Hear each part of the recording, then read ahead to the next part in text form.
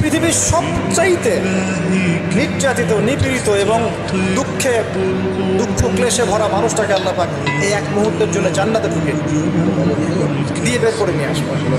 বলবেন যে দুনিয়াতে দুঃখে ছিল, কষ্ট ছিল, এই ব্যক্তি বলবে আল্লাহ কষ্ট কি জিনিস আমি জানি, কষ্ট কাকে বলে আমি কষ্টের সংজ্ঞাই জানি না। এই ব্যক্তির তাকদিরে কি হবে পরে? এই ব্যক্তি জান্নাতের আরফ নামক জায়গায় দাঁড়িয়ে থাকবে, চেহারাটা ঘুরিয়ে দেওয়া হবে জাহান্নামীদের দিকে। সে বলবে যে আল্লাহ চেহারাটা খালি আমাকে জান্নাতের দিকে ঘুরায় দাও, আমি জান্নাতে যেতে চাচ্ছি না, খালি চেহারাটা ঘুরায় দাও, বাস এনাফ। আল্লাহ বলুন আর কিছু চাবো না তো? না, আর কিছু চাবো না। ঠিক আছে, চেহারা ঘুরাই দিন।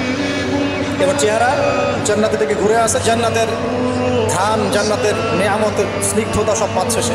এবার বলছে আল্লাহ শুধু দরজার কাছে নিয়ে যেয়ে রেখে দাও, ঢুকতে চাবো না। আল্লাহ বলবেন যে এইবার কথা দিয়ে কথা রাখবা, ঠিক আছে, জান্নাতের দরজার সামনে গিয়ে রেখে দাও।